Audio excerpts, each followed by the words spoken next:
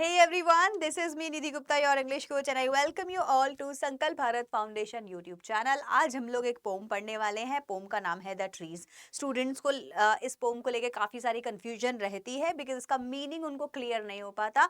आज के वीडियो में मैं आपको इसका एग्जैक्ट मीनिंग बताऊंगी और बहुत ही ब्यूटीफुल तरीके से हम इसकी एक्सप्लेनेशन करेंगे, पोइटिक डिवाइसेस समझेंगे, क्वेश्चन आंसर्स को भी सॉल्व करेंगे और मेन थीम क्या है वो भी समझेंगे। पोम को स्टार्ट करने से पहले मैं आपको बता दूं कि इसकी जो पोएटिस हैं जिन्होंने इसको लिखा है वो एक फीमेल है।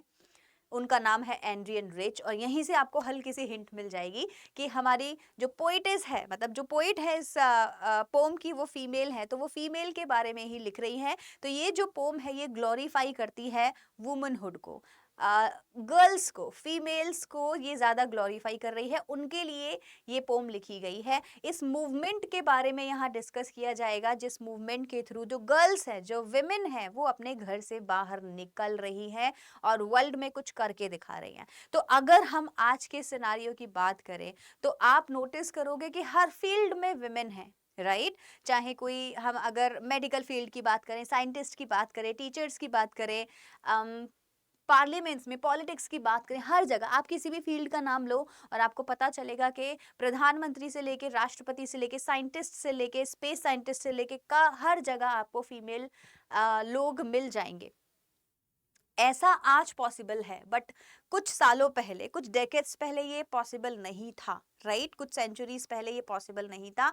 और एक टाइम तो ऐसा आया था जब बस इंडिया में नहीं पूरे वर्ल्ड में फीमेल की जो सिचुएशन है वो बहुत ही खराब थी। उनको कन्फाइंड किया गया था घरों के अंदर और बोला गया था कि you are meant to do household chores, घर के काम करने के लिए बने हो, घर के काम करो, बच्चों को संभालो, and that is your work.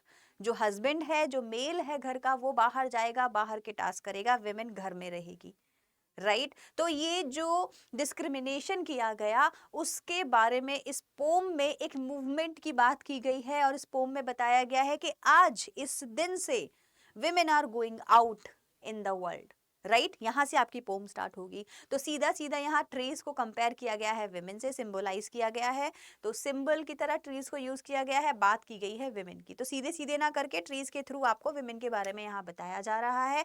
तो सिंबोलिज्म एंड मेटाफर, दो इंपॉर्टेंट पोएटिक डिवाइसेस आपको इस पोम के अंदर देखने को मिलेंगी।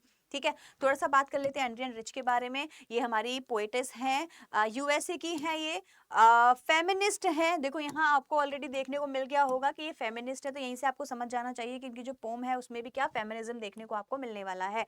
ऑल्दो ये खुद बोलती हैं अपने इंटरव्यूज में कि मैं फेमिनिज्म को बढ़ावा नहीं देती, मैं वुमनहुड लिबरेशन के बारे में बात करती हूँ कि उनको लिबर्टी चाहिए। मैं ये नहीं कहती विमेन आर ग्रेट, मैं बोलती हूँ women should be at least equal, ये इनका मानना है। और हर फेमिनिज्म में यही होता है, फेमिनिस्ट की डेफिनेशन ही यही होती है। अगर आप जानोगे तो फेमिनिस्ट को एक गलत तरीके से पोर्ट्रे किया जाता है, बोला जाता है feminist means women are great. No, we just want to be equal, women को बस इक्वल बना दो, इतना ही काफी है, man and women should be equal, ये फेमिनिज्म की मेन डिमांड होती है।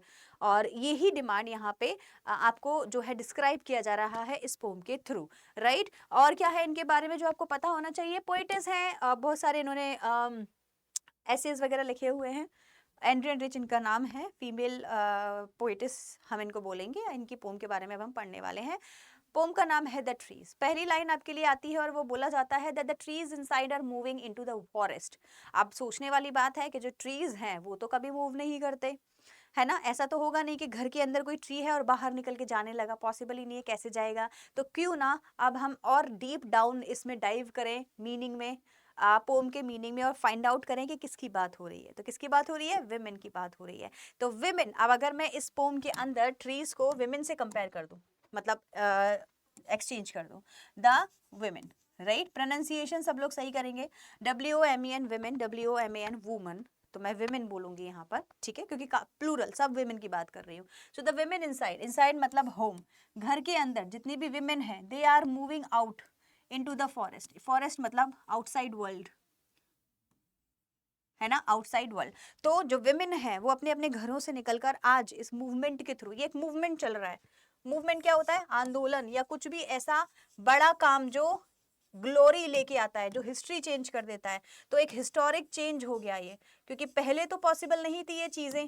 पहले तो क्या होता था, जो विमेन है वो घर में रहेंगी, जो मैन है वो बाहर रहेगा। बट आज पहली बार ऐसा हो रहा है that women are going outside in the outside world. इसीलिए मैंने आपको बोला ना कि जो विमेन है अब आपको हर फील्ड में देखने को मिल जाएंगी आज के टाइम में, पहले ऐसा पॉसिबल नहीं था, राइट। बहुत धीरे धीरे शुरुआत हुई और आज तो आप देखो कि इक्वालिटी ऑलमोस्ट मिलने ही वाली है। मेट्रो सिटीज में, बड़े बड़े एजुकेटेड स्टेट्स में तो ये पॉसिबल हो गया है। कुछ स्टेट्स में अभी भी आपको ये डिस्क्रिमिनेशन देखने को मिलेगा, but I think in coming future ये चीजें भी सॉल्व हो जाएंगी। The forest that was empty all these days, forest again the world. यहाँ लिखा हुआ है कि जो वर्ल्ड था ना वो अब तक एम्प्टी था। एम्प्टी से क्या मतलब हो गया, लोग तो थे लेकिन मैन डोमिनेटिंग सोसाइटी थी। जो सोसाइटी थी वो पैट्रियार्कल सोसाइटी थी, जहाँ पे मैन दिखाई देते थे। इनफैक्ट आज के टाइम पे भी आप मार्केट में जाओ, आपको रेशियो क्या मिलेगा, मैन ज़्यादा मिलेंगे, विमेन कम मिलेंगी। किसी भी मार्केट प्लेस में, शॉप्स में देखोगे तो मैन वेंडर आपको ज़्यादा मिलेंगे, विमेन कम मिलेंगी, है ना। कुछ ही सेक्टर्स हैं, जैसे टीचिंग सेक्टर हो गया, वहाँ आपको फीमेल ज़्यादा दिखती हैं। ऑनलाइन में तो अब वो भी हट गया है, वहाँ पे भी अभी मैन ही ज़्यादा दिखते हैं। आई एम डेफिनेटली श्योर, मैंने बहुत नोटिस किया है। But the point here is that equality होना बहुत ज़रूरी है। अब बोलते हैं कि इक्वालिटी कैसे मिलेगी, इक्वालिटी तो पॉसिबल नहीं है, विमेन में इतना टैलेंट नहीं होता। अरे विमेन में होता है, आपने एक्चुअल क्या किया हुआ है, उनको और चीज़ों से इतना ज़्यादा सराउंडेड किया हुआ है, अपनी पैट्रियार्किक थिंकिंग की वजह से उनको इतना ज़्यादा बर्डन उनके ऊपर रख रखे हैं कि वो खुल के अपने स्किल्स को दिखाई नहीं पा रही हैं। लेकिन ये प्रूव हो चुका है कि जिस विमेन ने अपने स्किल्स को, जिसके पास में और कोई बर्डन नहीं है, जिसको और ज़्यादा प्री एज्यूम्ड थॉट्स में जिसको फंसाया नहीं गया हो, वो खुल के अगर अपना काम करे तो वो ज़्यादा अच्छे से प्रोडक्शन दे पाती है कंपैरेटिव टू अ मैन, क्योंकि वो होलिस्टिक सोच पाती है। उसके पास में इमोशंस, आईक्यू और ईक्यू दोनों बैलेंस्ड होते हैं, बैलेंस्ड इन अ वे बेटर देन मैन होते हैं।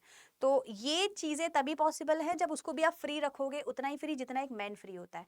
तो इस तरीके से अगर आप करोगे तो आपको हर जगह इक्वालिटी देखने को मिल जाएगी। तो यहाँ लिखा हुआ है the trees inside are moving out in the forest, the women are coming out now, and the forest that was emptied all these days, the world that was emptied, वहाँ विमेन की जो जगह खाली थी अब वो भरने वाली है। मतलब अब आपको सोसाइटी में मैन भी दिखेंगे, विमेन भी दिखेंगी, बाहर काम करते हुए, जॉब करते हुए, in every field, right? Now where no birds could sit, no insect hide, no sun bury its feet in shadow। अब देखो ट्रीज के हिसाब से अगर हमें लाइनों को समझे तो यहाँ क्या लिखा हुआ है, यहाँ लिखा हुआ है कि फॉरेस्ट के अंदर कोई ट्री नहीं था और इसी वजह से ना तो वहां कोई बर्ड आ पाती थी। बर्ड्स को क्या चाहिए, ट्रीज, ट्रीज के ऊपर वो बैठती है। ट्री नहीं होगा तो बर्ड्स कैसे बैठेंगी। इंसेक्ट्स कहाँ हाइड होते हैं, चींटी मकड़ी जो भी कुछ होता है वो कहाँ हाइड होते हैं, ट्रीज के अंदर। ट्रीज नहीं होंगी तो वो फॉरेस्ट में कैसे काम करेंगे। No sun berry its feet in shadow, तो सन की जो रेज आती हैं वो जब हमारे ऊपर आ रही होती हैं और मान लो हम किसी फॉरेस्ट में हैं तो वो ट्रीज से होते हुए आएंगी। तो हम अगर किसी ट्री के अंडर है तो हमें ट्री की शेडो दिखाई देगी, तो उसी को बोला जा रहा है सन के फीट। तो सन की जो शेडो है वो बन नहीं पा रही है बिकॉज वहाँ ट्रीज नहीं है, तो सीधे सीधे सन की जो रेज है वो कहाँ, नीचे आ रही है। अब इसको अगर आप फेमिनिज्म तरीके से समझ, मतलब फीमेल को अगर यहाँ पे आप समझना चाहें तो आप बोल सकते हैं कि सोसाइटी में ना तो काइंडनेस है ना जेनरोसिटी है, ना हैप्पीनेस है, ना इक्वालिटी है। Why? Because female are not there, only man are there, right. Now the forest that was emptied all these nights will be full of trees by morning. तो यहाँ लिखा हुआ है नाइट का टाइम है, नाइट मतलब darkness, okay, dark days, मतलब एक ऐसा टाइम भी हमारे यहाँ रहा है when the forest was empty. Forest के अंदर ये विमेन वाला कल्चर था ही नहीं, विमेन नहीं थी तो प्रॉस्पेरिटी नहीं थी, हैप्पीनेस नहीं थी, इक्वालिटी नहीं थी। लेकिन by the morning time, morning से मतलब हो गया एक नया सवेरा। अब जो नया सवेरा आने वाला है आप लोग नोटिस करेंगे that there will be a lot of trees, बहुत सारी विमेन आपको दिखाई देंगी और वो सारी विमेन इक्वली मैन की जैसे काम कर रही होंगी, अपने ड्रीम्स को अचीव कर रही होंगी और हर फील्ड में एक्सेल करते दिखेंगी आपको। एक्सेल मतलब अच्छा करते दिखेंगी आपको, राइट। तो यहाँ आपको सीधा सीधा क्या कर देना है, ट्रीज को फीमेल पॉइंट ऑफ व्यू से समझना है। ट्री को भी यहाँ शी करके लिखा है बाय द वे हर जगह पे, जब आप देखोगे ना हर एंड शी, तो फीमेल की बात की गई है, विमेन की बात की गई है। क्लियर हो गया आपको, सीसी लिखेंगे अगर ये वाला पॉइंट क्लियर हो गया है तो। अगर हम पोएटिक डिवाइसेस की बात करें यहाँ पर तो हमको यहाँ पे काफी सारी पोएटिक डिवाइसेस देखने को मिलेंगी। मैंने आपको मेटाफर एंड सिंबोलिज्म के बारे में बता ही दिया है। मेटाफर बिकॉज हमने ट्रीज को विमेन से कंपेयर किया है, सिंबोलिज्म इसलिए क्योंकि हमें विमेन के बारे में बताने के लिए ट्रीज को सिंबल लिया है। इसके अलावा पर्सोनिफिकेशन यहाँ आपको देखने को मिलेगा जब लिखते हैं ना सन बेरी इट्स फीट, तो सन के फीट तो नहीं होते, तो सन को ह्यूमन बीइंग बना दिया गया है, तो ये पर्सोनिफिकेशन हो गया। एंजाम्बेंट यूज हुआ है जब सीधे सीधे लाइनें आ रही हैं। द फॉरेस्ट दैट वाज से लेके ट्रीज बाय मॉर्निंग, यहाँ से लेके यहाँ तक ये पूरा आपका बिना किसी पंक्चुएशन मार्क के आप देखोगे सीधा सीधा लिखा हुआ है। So that is the enjambment that we have used. Anaphora use हुआ है लाइन सेकंड में, जहां पे हम नो एंड नो बोल रहे हैं, राइट। तो एनाफोरा में क्या होता है, दो कंसेक्यूटिव लाइंस में हम रेपिटेटिव वर्ड्स यूज करते हैं सेम, तो यहाँ पे नो आपने देखा यूज किया हुआ है। इमेजरी यूज हुई है जब आपको बोला जा रहा है the trees are inside moving out, तो आपको एक इमेजिनेशन क्रिएट होती है आपके माइंड में, आप बोलते हो हाँ the trees are in the room and they are coming out, घर से बाहर निकल रहे हैं, तो किसी ना किसी के दिमाग में ये पिक्चर बनी होगी, इसीलिए हम बोलेंगे यहाँ पे इमेजरी का यूज किया गया है इस चीज को डिस्क्राइब करने के लिए। क्लियर हो गया सब लोगों को। अब हम आ जाते हैं नेक्स्ट स्टेंजा पे। All night the root works to disengage themselves from the cracks in the veranda floor. तो वेरेंडा का जो फ्लोर है, वेरेंडा क्या हो गया, आंगन, कोर्टयार्ड है ना, वहां पे जो फ्लोर है वहां के क्रैक्स में से जो ट्रीज हैं, जहां मतलब बेसिकली एक ट्री बना हुआ है वेरेंडा में, वो रात भर स्ट्रगल किया है, रात भर हो गया सेंचुरीज, इतने सालों तक, all these nights the roots work to disengage themselves. तो विमेन की जो स्ट्रगल है, रूट्स को एक तरीके से आप क्या लोगे, प्रेजुडाइज माइंड, उनके जिस पैट्रियार्की माइंडसेट की वजह से विमेन आर बाउंड, वो सारे थिंकिंग, सारे प्रॉब्लम्स, उन सब स्ट्रगल्स को विमेन ने क्या किया है, इतने समय तक उनके साथ में स्ट्रगल किया है, अपने आप को डिसएंगेज कर रही हैं उस वेरेंडा फ्लोर से। वेरेंडा फ्लोर हो गया वो जगह, वो चेन्स जिन्होंने उनको बांध रखा है घर के अंदर। तो all night they are actually struggling to come out. मतलब अब आप देखो कि किसी भी लड़की को, अगर किसी भी हम रूरल एरिया की बात करें, किसी लड़की को अगर बाहर शहर में जॉब करने या पढ़ने जाना है और वो इतनी समझदार है कि उसको कुछ करना है, तो उसको अपनी फैमिली से कितनी बहस करनी पड़ेगी, रिलेटिव्स को कितना समझाना पड़ेगा। रिलेटिव्स वुड से शादी करो, बात खत्म करो, राइट, पढ़ा लिखा के क्या ही होगा। और एक और बहुत फेमस लाइन है जो मैंने भोली चैप्टर पढ़ाया था, तब बोला था कि अगर ज्यादा पढ़ लेगी तो उससे शादी कौन करेगा।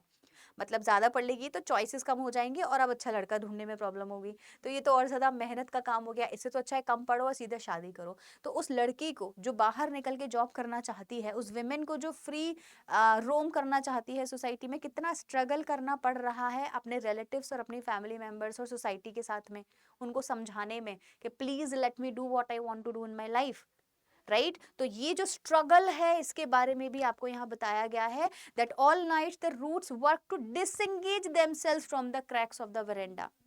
अपने आप को वहां से छुटाने में, पीछा छुड़ाने में, डिसएंगेज करने में, हटाने में खुद को इन सारी प्रॉब्लम से बहुत टाइम लग रहा है विमेन को।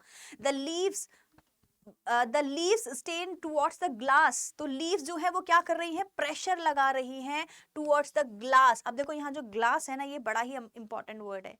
ग्लास कैसा होता है, विजिबल और इनविजिबल।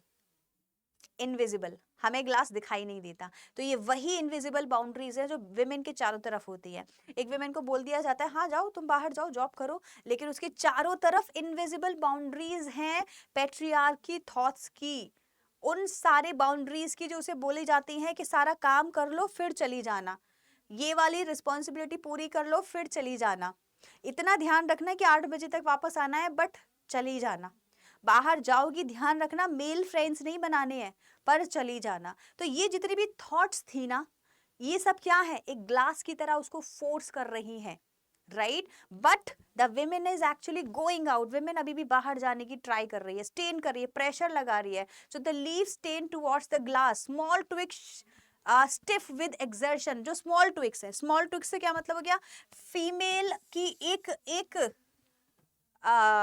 एक पर्सन, हर कोई is trying to go out and exertion हो गया है, वो थक गई हैं, लेकिन फिर भी अभी हार नहीं मानी है, we will go out.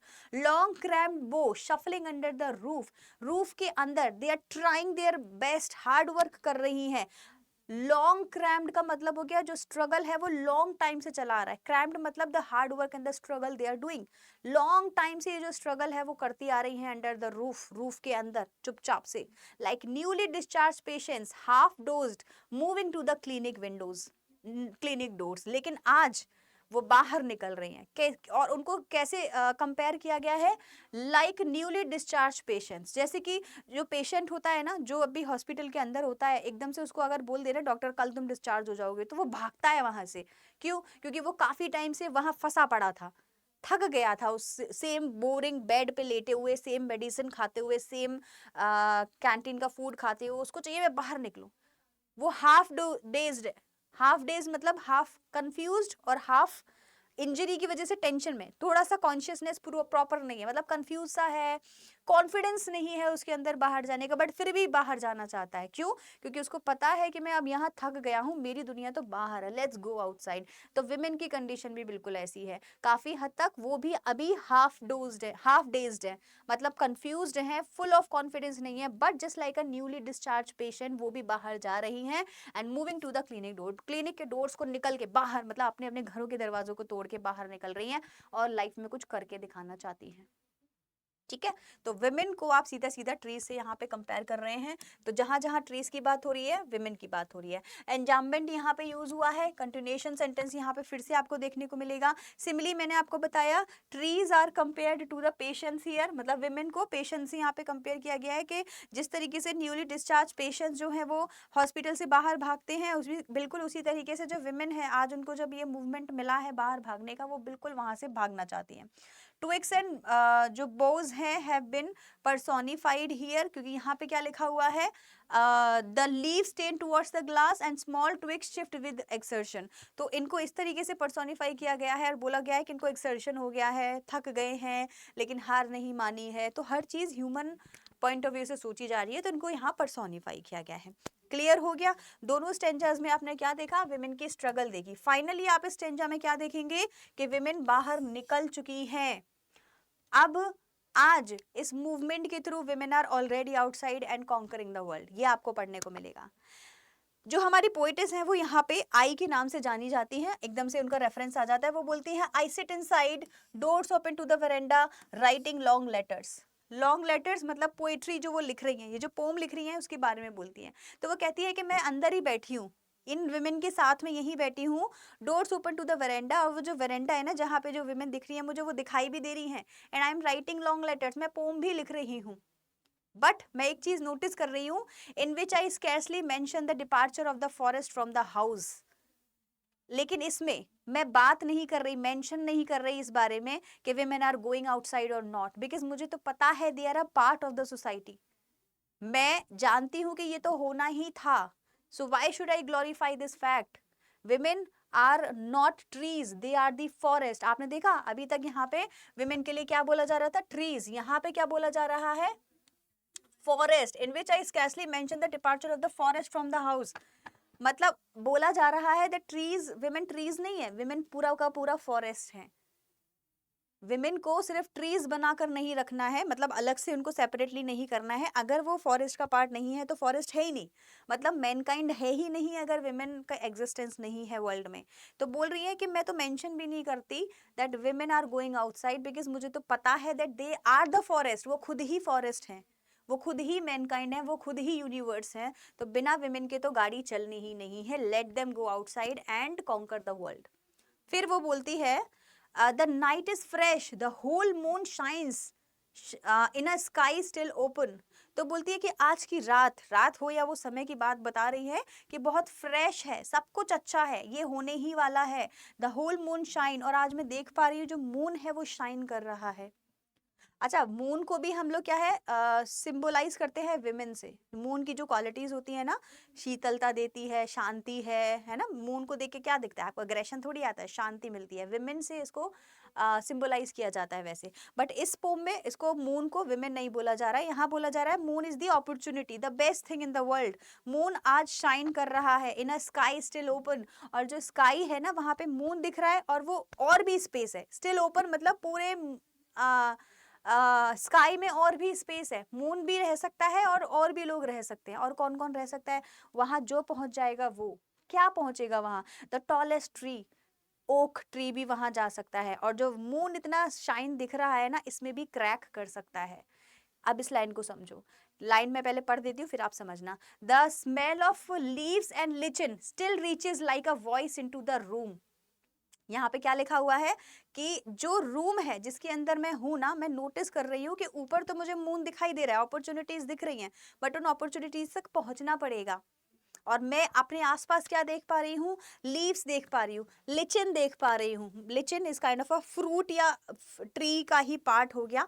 Still reaches like a voice into the room. इन लोगों की जो प्रेजेंस है, जो नोटिस ही नहीं की जा रही थी, आज इनकी प्रेजेंस भी नोटिस की जा रही है। अच्छा, अब मैं आपको बताती हूँ यहाँ पे लिचन और लीव्स को यूज क्यों किया गया है। Lichen is a part of a tree only, okay, but आपको पता होगा कि हमारे सोसाइटी में मेन एंड विमेन के अलावा और भी जेंडर होते हैं। ट्रांसजेंडर हो गया, लेस्बियन हो गया, आपको पता होगा राइट इसके बारे में।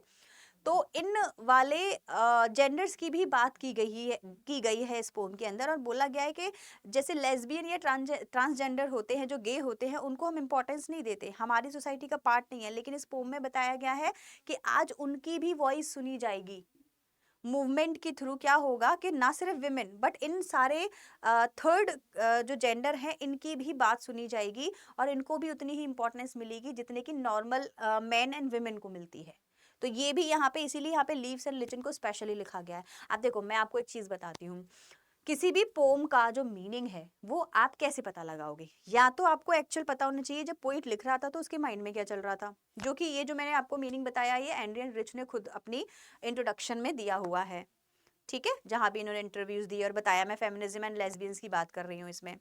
इसके अलावा अगर आप खुद ना समझ पाए, मतलब पोएट ना बताए, तो आपको खुद से भी रीड करना आना चाहिए किसी पोम को। और वो कैसे पॉसिबल होता है? वो होता है रीडर रिस्पॉन्स थियोरी से। मतलब कि जो रीडर है वो किस तरीके से किसी पोम को ले रहा है, किस तरीके से किसी पोम को पढ़ रहा है।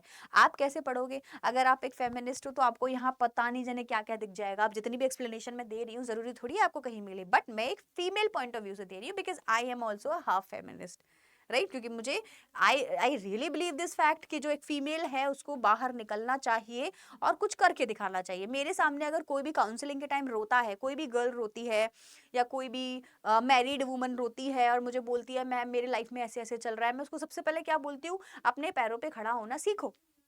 We have a lot of skills available. We have a lot of multi-skills jobs available in the world. करो उसमें से एक काम, और जब आपके हाथ में पैसा होगा देन आप कुछ अपनी लाइफ के बारे में सोचो। You don't need to get dependent on someone. तो ये मेरा फंडा है, राइट? तो मैं इस बेस पे आपको काफी कुछ सिखा सकती हूँ इस पोम के अंदर। आपको इसके बारे में क्या समझ आता है, आप उसके बारे में उतना ही खुद से एज्यूम कर सकते हैं। तो आपके जो थॉट्स हैं, जो भी आपके प्री एज्यूम्ड जो व्यूज हैं, उनको लेके आपको पोम के अंदर क्या समझ आ रहा है, उसी को ही बोलते हैं रीडर रिस्पॉन्स थियरी। तो ये जो मैंने टॉपिक आपको पढ़ाया, कुछ लोग आपको पढ़ाएंगे, कुछ लोग आपको नहीं पढ़ाएंगे, डिपेंडिंग अपॉन किसको कितना समझ आ रहा है। रही बात एग्जाम पॉइंट ऑफ व्यू की, एग्जाम में इतना टफ कोई भी क्वेश्चन नहीं आएगा जिसका आप आंसर ना दे पाए। अगर इस पोम से फेमिनिज्म से रिलेटेड कोई क्वेश्चन आएगा तो ये सब लिखाना जो मैं आपको बता रही हूँ। ईजी आएगा, जो एनसीईआरटी में दे रखे हैं तो फिर कुछ कहने ही नहीं, फिर तो आप कर ही आओगे, ठीक है? चलो, so the night is fresh, the whole moon shines in the sky still open. आज अपॉर्चुनिटीज बाहर दिख रही हैं, और सिर्फ हम मैन एंड वुमेन की बात नहीं कर रहे हैं, हम बाकी सारे थर्ड जेंडर्स की बात कर रहे हैं, और आज उनकी वॉइस भी सुनी जा रही है। उनकी भी स्मेल से मतलब हो गया voice, and still reaches like a voice into the room, right? हर जगह वो भी अवेलेबल है, उनको भी उतनी ही रिकॉग्निशन एंड इंपॉर्टेंस दी जा रही है जितने की बाकियों को।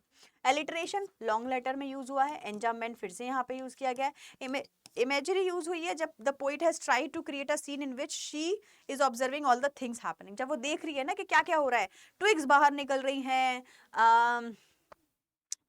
शफल कर रही हैं जो आपके स्टेम्स हैं, और जो लिचन है और लीव्स हैं वो भी आज रिकॉग्निशन मिल रही है। तो ये सारी चीज़ों को जब आप इमेजिन करते हैं तो इमेजरी आपके माइंड में बनती है। फिर क्या हुआ? ये आपका लास्ट स्टेंजा हो गया है ना, 4 स्टेंजाज हैं, तो ये लास्ट स्टेंजाज है जहां विमेन कॉन्कर करेगी। My head is full of whisper, right? यहाँ लिखा हुआ है my head is full of whisper. My किसके लिए है? एक विमेन के लिए है, या फिर हमारी पोइटिस के लिए है। पोइटिस बोलती है मेरे दिमाग ना पूरा फुल ऑफ विस्पर्स है, लोग बातें बना रहे हैं तरह तरह की। सेम केस वही, जब आप बाहर निकलती हैं कोई भी विमेन जब बाहर निकलती है तो 10 लोगों की 10 बातें। अरे वो रात को आती है, दिन में नहीं काम करती है, नाइट शिफ्ट कर रही है, पता नहीं कैसे कैसे दोस्त बना रखे हैं, पता नहीं बाहर जाती है क्या करती है, घर का तो ख्याल ही नहीं रखती, बच्चा तो देखो ऐसे ही भूखा पड़ा है। कुछ भी बोलता है, कोई भी कुछ भी बोलता है जब वो देखती है कि एक विमेन सक्सेसफुल हो रही है। एंड आपने ये लाइन सुनी है, विमेन बिवेयर विमेन, मतलब कि एक औरत ही दूसरी औरत की दुश्मन होती है। तो मैन तो फिर भी आपको सपोर्ट करेंगे, विमेन तो बिल्कुल सपोर्ट नहीं करेंगे। तो यहाँ लिखा हुआ है that my head is full of whispers which tomorrow will be silent. तो ये जितनी भी आवाजें हैं, जितने भी विस्पर लोग कर रहे हैं ना, ये कल को साइलेंट हो जाएंगे, सब लोग चुप हो जाएंगे जब आपकी तरक्की होते हुए देखेंगे। जब देखेंगे कि जो विमेन है वो एक्चुअली बहुत अच्छा कर रही है किसी मैन से भी ज्यादा, तो ये सब चुप हो जाएंगे। आपको जस्ट वेट करना है और इस मूवमेंट के साथ साथ रहना है। Listen, the glass is breaking. ये वही ग्लास है जो मैं आपको स्टार्टिंग में बता रही थी। ग्लास बोले तो invisible boundaries that surrounds a women.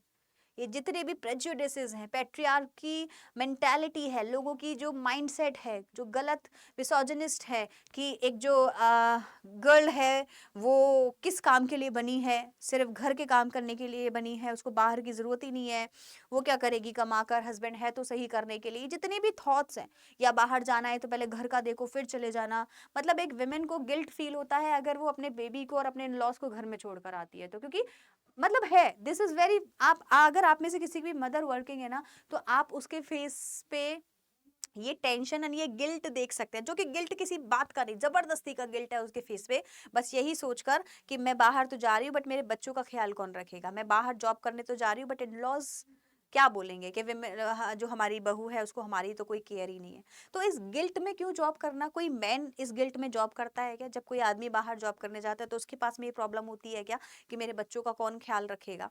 Of course not. क्यों? क्योंकि ये अब हमारी मेंटल इलनेस बन चुकी है कि मैन तो चला जाएगा, विमेन को जाने के लिए 50 लोगों का इंतजाम करके जाना पड़ेगा, विच इज रिडिकुलस। तो यही है आपका वो ग्लास जो आपको धीरे धीरे तोड़ना है। Listen, the glass is breaking. अब ये जो ग्लास है वो ब्रेक हो रहा है। अब ये जो जो थॉट्स हैं लोगों की वो धीरे धीरे खराब खत्म होती जा रही हैं, क्योंकि अब लोग समझ गए हैं कि विमेन नहीं रुकेगी, अब आगे निकल गई है तो आगे बढ़ के ही जाएगी। The trees are stumbling forward into the night. जो ट्रीज हैं वो मूविंग फॉरवर्ड, स्टम्बल मतलब मूविंग फॉरवर्ड, आगे बढ़ रहे हैं इनटू द नाइट। नाइट वही जो प्लेस था, अब इस नाइट को धीरे धीरे मॉर्निंग बनाने का टाइम आ गया है ना, अच्छा समय आ गया है। तो अब जो ट्रीज है वो भागे जा रहे हैं, आगे को निकले जा रहे हैं फ्रीडम के लिए। एक तरीके से अपने अपॉर्चुनिटीज को मिस नहीं कर सकते, अब ये भाग रहे हैं आगे। Winds rush to meet them, and winds को आप ले लीजिए एक तरीके से अपॉर्चुनिटीज या आने वाला future. Everybody is rushing to meet them, मतलब अगर वो बाहर निकल रही है ना तो it's not like that they are not able to prove themselves. अगर वो एक साइंस की फील्ड में जा रही हैं तो वो एक अच्छा स्पेस साइंटिस्ट बन के दिखा रही हैं। अगर वो पॉलिटिशियन बन रही हैं तो वो एक अच्छा राष्ट्रपति या प्रधानमंत्री बन के दिखा रही हैं। अगर वो किसी भी फील्ड में है, डॉक्टर बन रही हैं या जिस भी फील्ड में है, तो winds are rushing to meet them. हर कोई उनको रिस्पेक्ट देना शुरू कर रहा है, बिकॉज टैलेंट है, because they deserve it. Now the moon is broken like a mirror. ये वही मून था जिसको हमने बोला था अपॉर्चुनिटीज की तरह है, but now it has broken.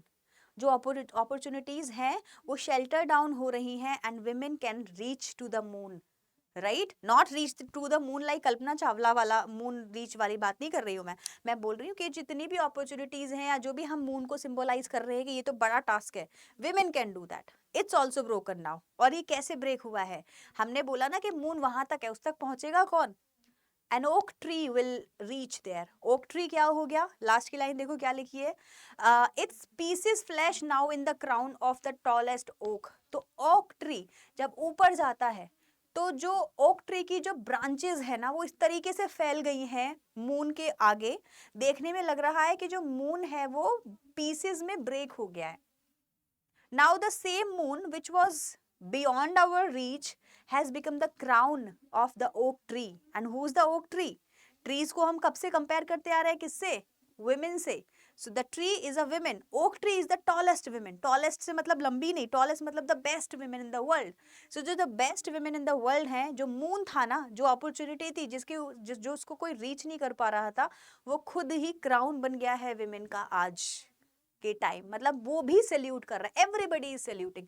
तो आपने देखा होगा कि कभी विमेन बाहर कुछ अच्छा कर देती है ना, तो जो अच्छे लोग हैं जो सपोर्ट करते हैं फेमिनिज्म को, वो आपको सैल्यूट करते हैं, कहते हैं आपसे यही एक्सपेक्टेशंस थी। Well done, keep on doing the great work you are doing. तो एक फेमिनिस्ट के नजरिए से अगर आप इस पोम को देखेंगे तो काफी कुछ है इसमें पढ़ने के लिए।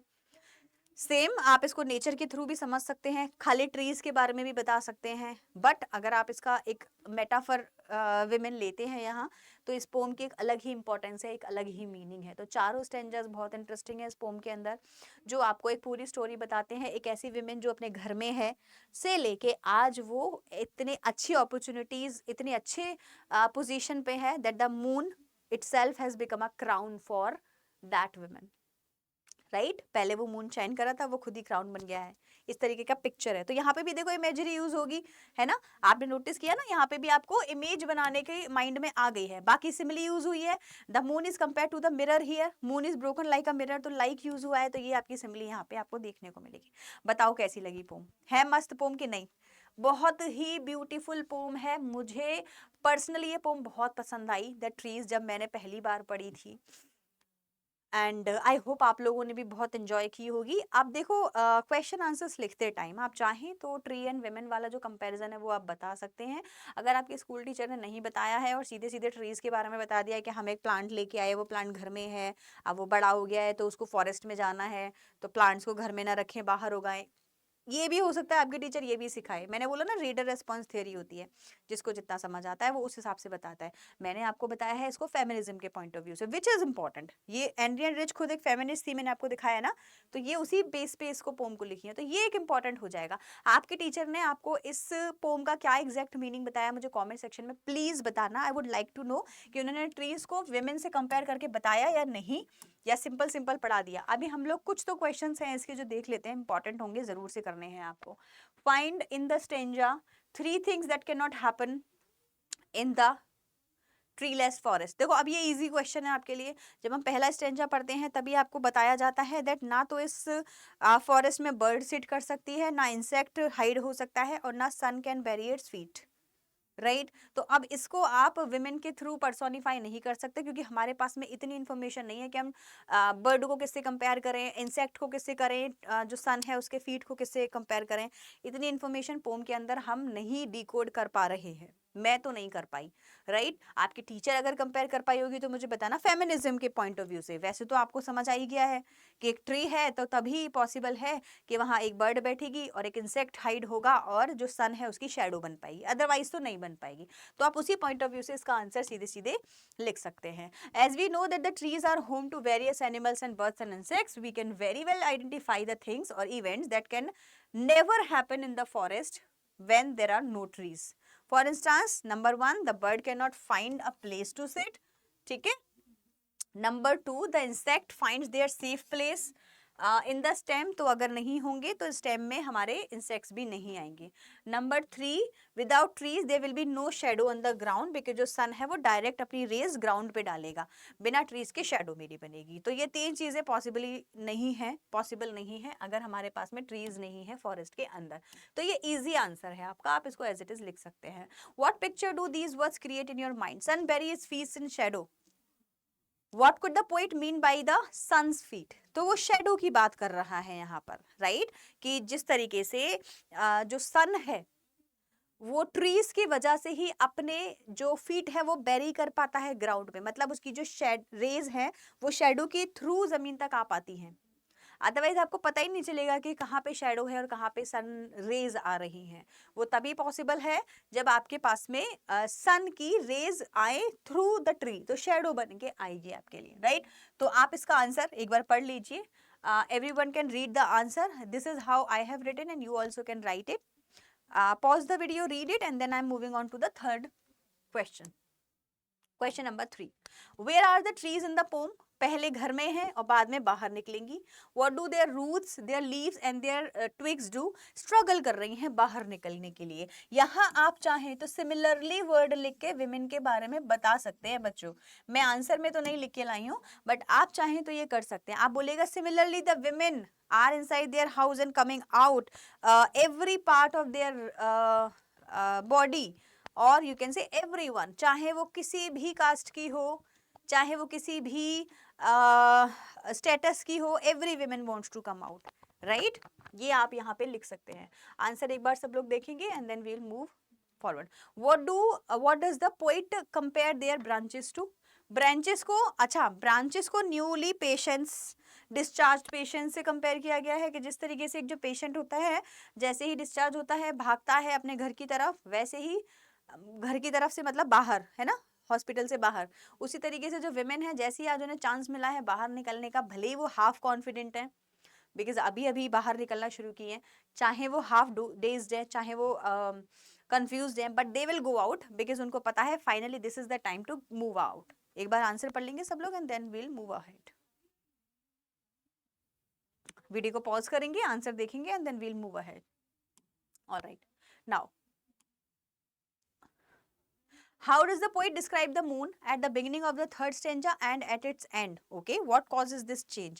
तो मून के बारे में दो बार बात करी गई है। पहले बताया है मून को एज एन अपॉर्चुनिटी आप बोल सकते हैं, दूसरी बार में उस मून को एक क्राउन की तरह रिप्रेजेंट किया गया है। आंसर एक बार देख लेते हैं। So that the poem is rich in the example of poetic devices. बहुत सारे पोएटिक डिवाइसेस यहाँ हैं in the poem which compels the reader to find out different meanings out of the poem. मैं आपको पहले ही बता चुकी हूँ, हर पर्सन को इसमें एक डिफरेंट मीनिंग देखने को मिलेगा। Every time you read it you will find a different meaning.